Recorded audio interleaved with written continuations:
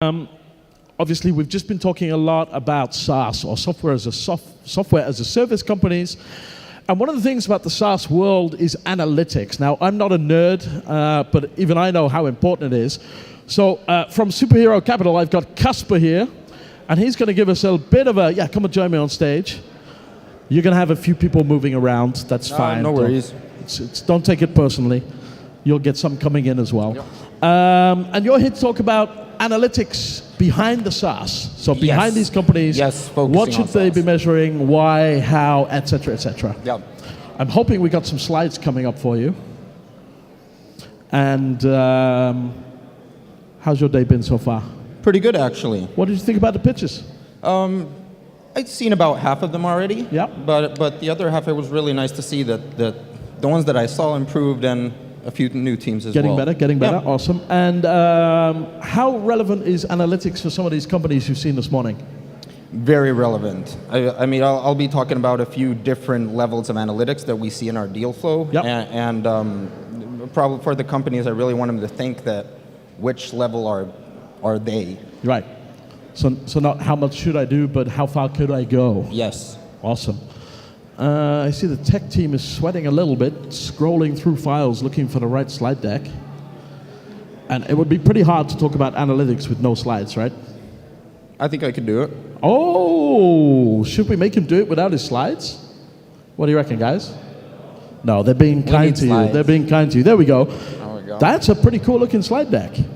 Does it have this all the way through? Or Not is it entirely. just the front page? Front page. It's a good front page. Ladies and gentlemen, give him a huge round of applause. Kasper from Superhero Capital. Woohoo! So hey, what's up? As mentioned, my name is Kasper, and I'm from Superhero Capital. Today I'll be talking to you about the different levels of superhero analytics. And it's basically based on the deal flow that we see every year, the levels, as well as our existing portfolio companies. And I'll be going through a few examples while explaining the levels. But to give you guys an idea of what Superhero Capital is, I think the easiest way to explain it is that Superhero Capital is to founders what Alfred is to Batman. The help from behind the scenes. And we've been Alfreds to about 20 companies so far. But before we get into the kind of analytics part, I want to talk about something that's really important and that we look at quite a lot when we're looking at teams. And it's insight. Now, there's a fundamental paradigm shift happening from software to data to insight. About 20 years ago, you probably heard that software began eating the world. Then next, data became the new oil. And in the future, insight will be the one that's creating the competitive advantage. And you can see this already happening. If you look at the top 10 companies by market cap, in 2014, there was one insight-driven company there. Now there's 5, half of them. So insight is becoming, and already is, the most powerful form of competitive advantage and value creation. But what does it mean to be insight-driven? What does it mean to have insight? And we've noticed that there are 3 types of kind of categories of companies that you can, or that you can put SaaS companies into. The first one is startups that create their own data set. So Zada is a great example. It's one of our portfolio companies, and they're essentially a C2C marketplace for second-hand clothing. But in reality, they're creating a database of users' clothing preferences, and they know actually the true sizes of the clothings.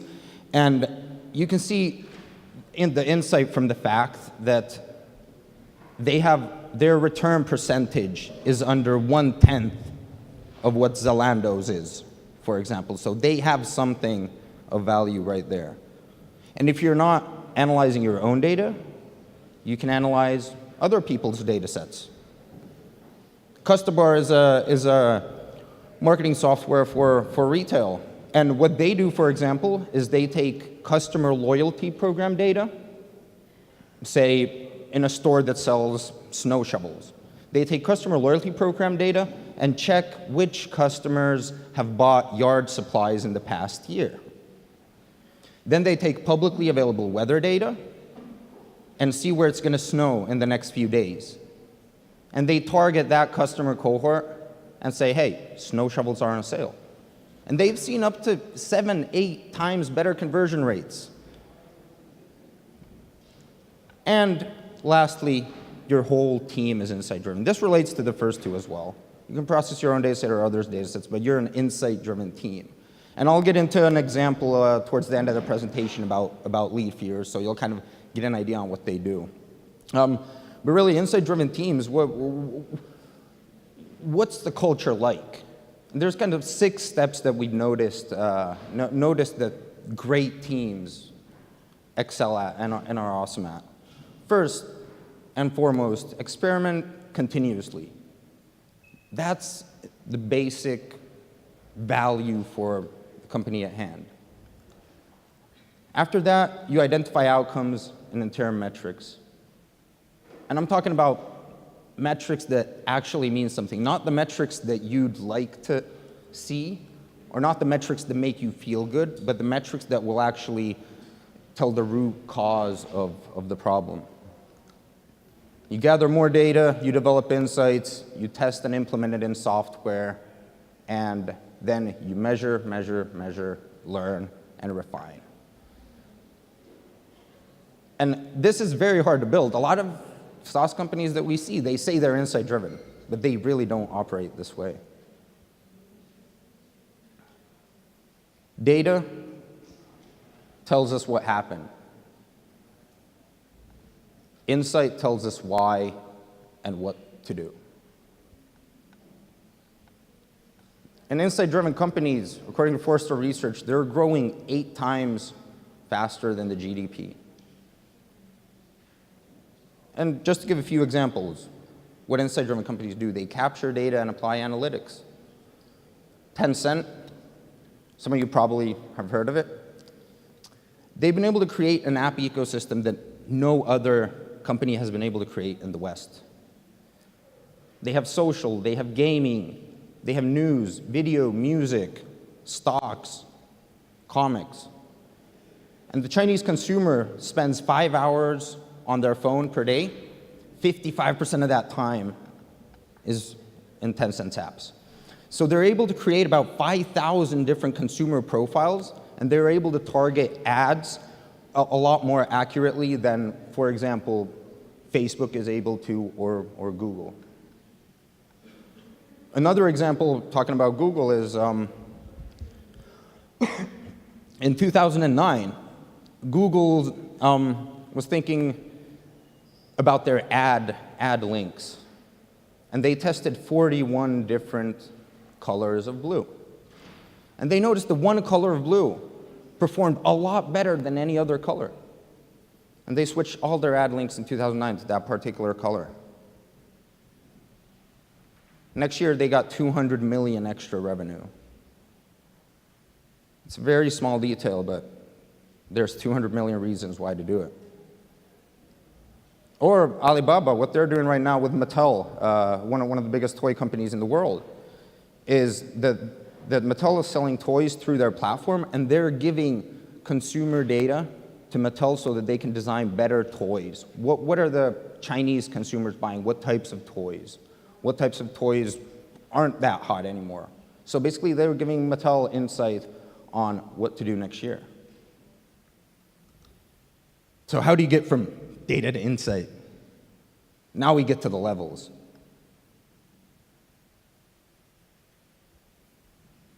That's data. Level 2 is analytics. And level 3 is insight. Now, but before you kind of get to level 1, you got to start from somewhere. And it's level 0. It's basically the companies that come to us and say, we know we have revenue. There are 2 things in SaaS business that actually matters and can be measured: users and money. And typically, these level 0 companies, this is all they measure: daily active user, monthly active users, and their MRR or ARR. But the stuff that we get from them is this. It looks like a scalable business, right? And this is from 2 weeks ago. If you're not able to estimate your 5 years other than linearly y equals x, then you're at level 0. And it was a few of my favorite quotes that we hear from these level 0 companies as well. The market is so hot right now that even a team like us can make it. And these are actual quotes from Q2 from 2018. Or this one, there was a company competing with SAP and a few other bigger players, and we asked them, what is your advantage? Our advantage is that we sell our product cheaper than our biggest competitors, but the problem is that we're not making any money. And level 0 is a straight pass. But when you get to level 1, it's really, we know we might make some money. And then you start looking at both the user side as well as the MRR or ARR side a bit differently. So really, level 1 is all about what happened. What happened? Your MRR is not just MRR anymore. You have expansion MRR, you have reactivation, you have contraction MRR, churn. And if you just look at the net new MRR, okay, 3,500. Oh, that looks nice. But when you piece it out, you can actually see that the churn as well as the contraction MRR are equal to about 3,700. And kind of tackling that churn could double your MRR per month. And customer churn, you start dividing customer churn and revenue churn. They're two different things. And a lot of companies will calculate only one churn. Let's say you have one customer churning that gives you $100 a month. It's a totally different figure than 100 customers churning that give you $1 a month. But my point is that no one metric tells the whole story. And measuring a lot of different metrics gives you the ability to get serendipitous insight.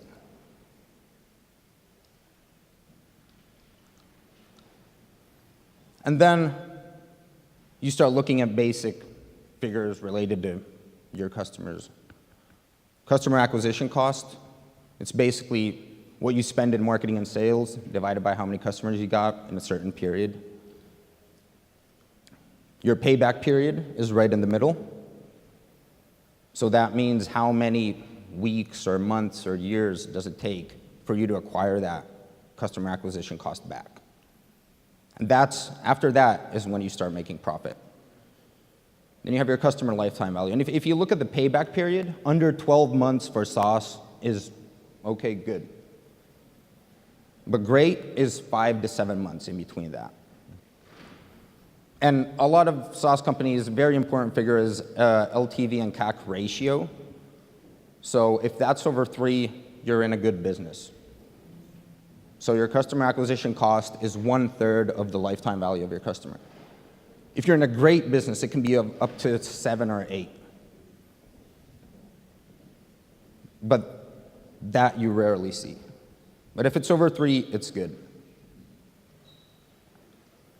And then NPS, Net Promoter Score. Some people like the metric, some people don't. I kind of get both sides. But this is a good metric to test out kind of customer loyalty. Now, you ask your customers, hey, what's the, how strongly would you recommend your product or our product to your friend? And you subtract the percentage amount of promoters versus detractors. And if your NPS is over 0, that means that you have more people promoting your product than saying, hell no, we're not going to talk about this to anyone. 50 is a really good business. 70 is world class. And this is level 1, and in level 1 you still hear quotes like, "We don't even have to be better than our competitors, we just have to be different." And if you're level 0 or level 1, we pass you right away from our deal flow. We're not even looking at you. So think, if you're a SaaS company, are you level 0 or level 1? Or are you level 2, where you start kind of knowing where the money comes from? So level 1 was really what happened. You have your different MRRs, LTV, CAC. Level 2, you start looking at conversions. So you segment your customer pipeline in a way where you're looking at whether things go from trial to paid, or your website visitors start a trial, and you start segmenting the whole process. And one of the metrics or frameworks is the R framework. You're supposed to sound like a pirate, I guess. But you basically look at 5 stages of the pipeline: acquisition, activation, retention, referral, and revenue. And you can find all this online, so I'm not going to go in depth with the metrics, but just a few examples of what you could look at each phase. App downloads, click-through rate in the acquisition phase. In the activation phase, successful onboarding, or an AHA metric. And by AHA metric, I mean a metric that's particular to your own business. For Twitter, they noticed that if in the first 10 days you start following 30 accounts, you have a lot higher retention rate than if you don't. So you can kind of start gearing your product development towards your AHA metric after you find it. For retention, just retention, referral, NPS, as mentioned, or just number of referrals. And for revenue, average order value, or LTV. But this is only one way to do it. There are a bunch of others. This is another one. It's separated into 8. You have your marketing, sales, service, and account management pipelines. But find the segmentation that works for you. And at level 2, you start testing a lot. Level 1, you might test a bit, but level 2, you're consistently testing. Facebook has 10,000 different versions of Facebook running right now.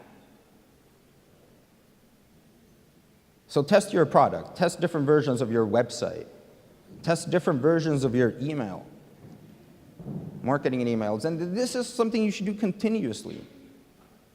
And when we see teams doing this, and when investors in general see teams doing this on a consistent basis, that's when interest is sparked.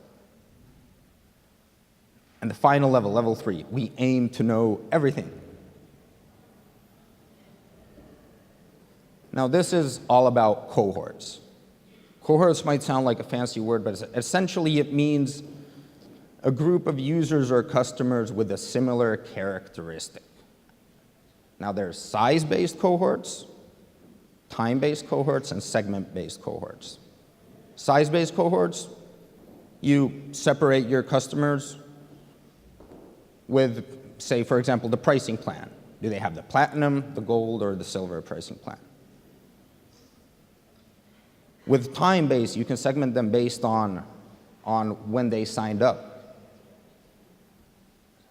And with segment-based, you can segment them on the device. And this is actually really important because you might notice that a group of customers, say using a particular device or using a particular language, are not converting as well as others. You're not going to get your answers right away, but doing this will give you that serendipitous insight when you do it constantly. And then, when you're at level 3, you're in real Superman mode. Just a few screenshots of one of our portfolio companies, Leadfeeder, the one that I mentioned, that's whole culture is geared towards insight. Every day, some metrics every hour, all the metrics every week are calculated. And this is what we see as investors when we ask, oh, what are your metrics? We get a table with MRR summary, MRR by market, acquisition, churn, new users, active users, historical growth. But this is just the basics. We get cohort analysis, conversion rates, and very interesting, in the upper right-hand corner, data quality report. When you're starting to analyze the quality of the data you're gathering from your customers, then things start really getting interesting, because then you get a better idea on what you need to gather in order to make better decisions. And then a bunch of others as well, but I want to highlight churn scoring. Now, Leadfeeder predicts churn, and then they also score their own predictions every week and update their prediction model based on that. So when you start criticizing or looking at how you predict yourself, that's when you start running a lot faster than the competition. And this is just, there's a bunch of other stuff as well, but these are kind of the simple SaaS levels that we've seen. Level 1, you're looking at what happened. New business MRR, okay, and the basic figures. Level 2, you're splitting your customer pipeline into segments. Level 3, you're splitting the customers within those segments. And if you're at level 2 or level 3, you're doing actually a lot better than most.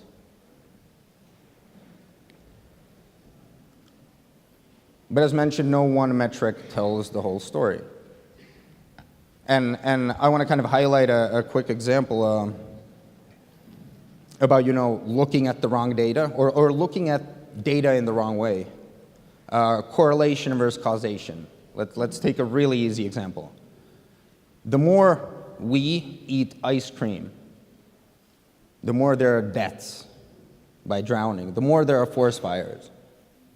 There's a definite correlation there. But it's really not causation. The causation is between weather. And a lot of startups, when they look at data, they only try to find stuff that correlate with each other.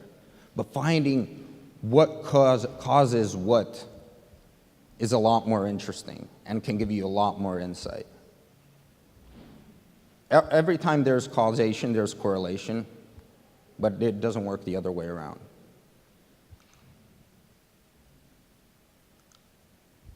So, I hope you get an understanding of kind of the levels and what we as investors look at. I'll leave you with one question. What level of superhero analytics does your team have? Thank you. Woohoo! Holy cow! What I didn't know that I didn't know about data. That's deep stuff, man. And then you start getting into doing analytics on your analytics. Yeah. That's pretty hardcore. But I did hear one very good point that you made, and that was this importance for having some sort of either hypothesis or goal to measure your metrics and your analytics against. Otherwise, it's kind of like, oh, the churn was only 6.2. Yeah. Is that good or bad? You have no idea. Have a reason why you're measuring stuff. Cool. Great. Great tip for all the startups out there. Huge round of applause for Kasper. Right, thank you so much, sir.